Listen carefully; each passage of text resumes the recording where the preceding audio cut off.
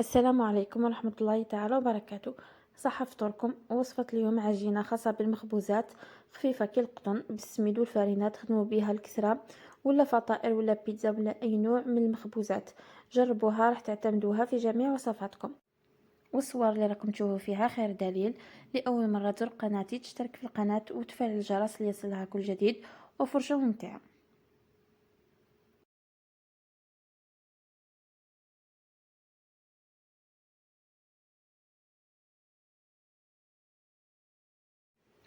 لهذا الوصفة راح نحتاجو كيلو بالبول تاع الشوربة، هذاك المتوسط ديرو نص دقيق ونص فرينة.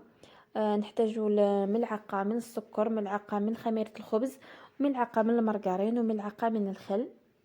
وراح نحتاجو ثاني ملعقة من الزيت.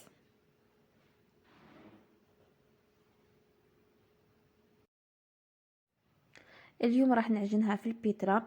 كانت عندي بزاف اطباق نخدم فيهم، مرة نعجنها بيدي ونتحصل على نفس النتيجة. اول حاجة راح نحط السميد والفرينة، ونضيف الملح، نخلطه مع المكونات جيدا، ونضيف الخميرة والسكر، ونبدا نعجن بالماء الدافي.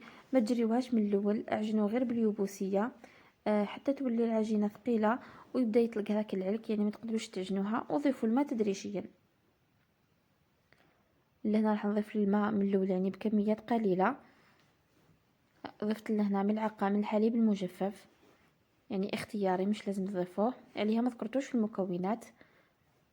كي تبدا العجينه هكا تعجن راح نضيف لها ملعقه نتاع الخل، ونكمل العجين عادي. اذا كان خدمتو بيديكم راح تقعدوا تقطعوا فيها هذيك العجينه وتزيدوا في الماء تدريجيا حتى تتحصلوا على عجينه رطبه وتلصق في اليدين نوعا ما.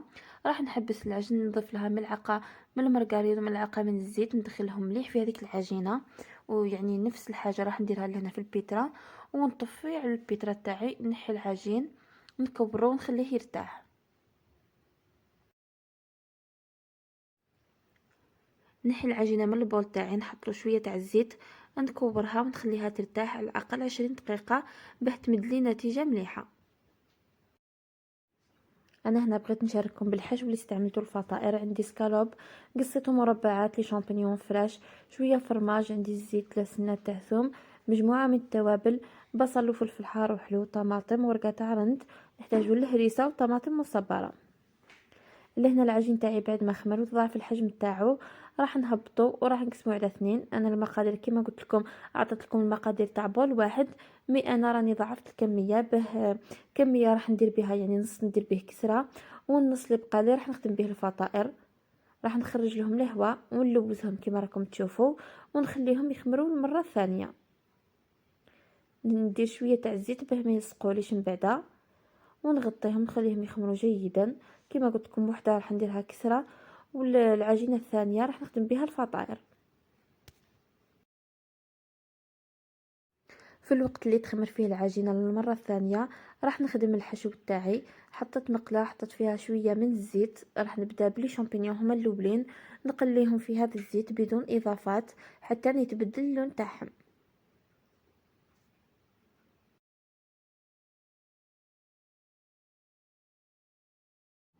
كي يذبل وتبدل اللون تاعو راح نحيه.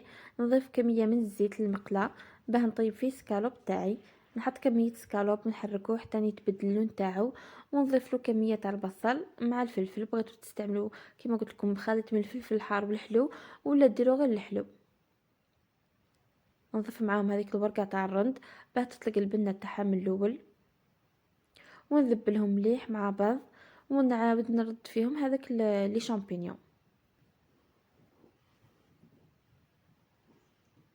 نردهم باه نتبلهم كامل مع بعض. كما شفتوني لي شامبينيون ما ملحتهم، ما حطيت له حتى تابل. خليهم يتقلاو، وفي هذاك الوقت راهم يتقلاو نقصت لهم النار. جيت لهنا وحليت العجينه الاولى اللي راح نديرها كسره. كما راكم تشوفوا راهي تحل معايا فاسيلمون كي عاد ارتاحت مليح. كي تخبزوها ما تخشنوهاش بزاف، كي عاد الحجم تاعها راح يعاود يتضاعف. جبت لهنا كميه من الحليب الدافي وراح ندهنها من الفوق. بغيتو تدهنوها بصفار بيض مخفف ادهنوها عادي. بعد ما ندهنها يعني مليح تقدروا تدهنوها مره ولا مرتين، مره دركا ومره بعد ما تخمر. انا دهنتها في هذه الخطره فرد خطره، قاعد ما كنتش قاعده كما قلت لكم، وجبت الموز درت لها هذه الخطوط وثقبتها، وراح نحط فيها كميه من الزرارع من الفوق ونخليها ترتاح حتى يتضاعف الحجم تاعها ونطيبها. نرجع للحشو تاعي بعد ما تحمر لي سكالوب. راح نبدا نتبل، نضيف ملعقه صغيره من الهريسه، ملعقه صغيره من الطماطم المصبره، شويه تاع فلفل الكحل، ونحط التوابل. اذا كان بغيتو تستغناو لهنا على الطماطم المصبره تعوضوها بزوج حبات تاع الطماطم تربيوهم مع هذوك الطماطم اللي قصيتهم مربعات صغار.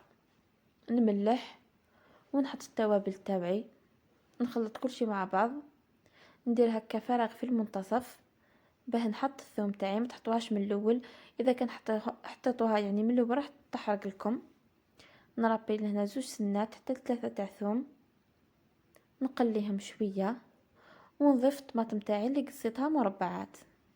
انا كيعاد لهنا الطماطم تاعي كانت ناشفه يعني ما فيهاش الماء، راني ضفت كميه قليله من الماء.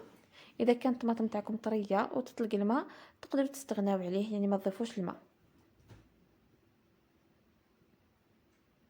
نخلط المكونات، نخلي حتى هذيك الطماطم طيب شويه ونطفي عليهم. بغيتوا تضيفوا لهنا دبشه ولا معدنوس ضيفوا، من المستحسن تضيفوا الدبشه كيعاد مخدومه بلا صوص طوماط. يعني كامل كيما نعرفوا لي صوص الحمر نديروا لهم الدبشه ولي صوص البيض نديروا لهم المعدنوس. كما قلت لكم لهنا الطماطم تاعي كانت ناشفه، عليها ضفت هذيك الكميه من الماء، نخليهم يتقلاو شوي ونطفي النار. التوابل اللي درتهم انا شويه تاع كمون، شويه من راس الحانوت، فلفل الكحل، هذا ما كان.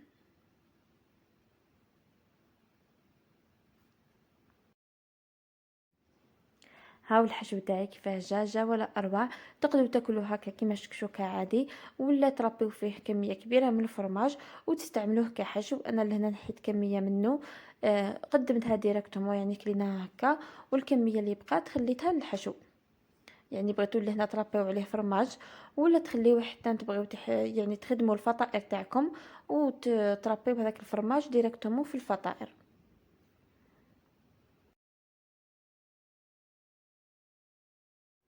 الخبزه تاعي بعد ما ضاعف الحجم تاعها راني حطيتها طيب. كما قلت لكم راح عليا الحال لهنا ما صورتش من الاول كيف خدمت الفطائر حتى بقات لي كميه صغيره من العجينه. راني صورت لكم اخر فطيرتين خدمتهم.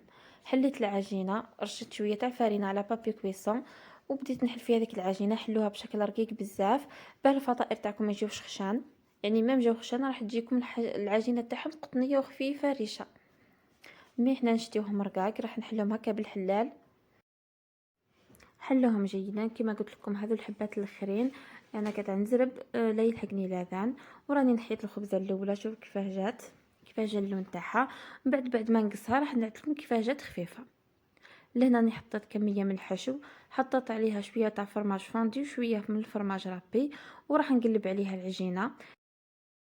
كي نقلبها راح نخليه شويه فراغ من الجهه اللي قلبت منها باه كي نطبع كما راكم تشوفوا تتحكم لي كامل في هذاك السيركل اللي طبعت به.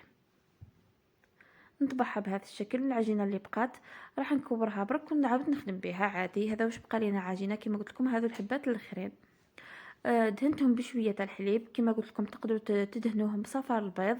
وهذو الحبات واحد اخرين ربيت عليهم شويه من الفرماج وطيبتهم. جاو خفاف ريشه والفطائر جاو بزاف بنان، يعني النتيجه راهي تبان قدامكم. وهاو الخبز تاعي شوفوا جا كي الريشه او باين يعني من الصور. كانوا هذه وصفاتي لليوم، ان شاء الله يكونوا عجبوكم وتجربوهم وتعتمدوهم. الى اللقاء في وصفات مقبله من وصفات اريج.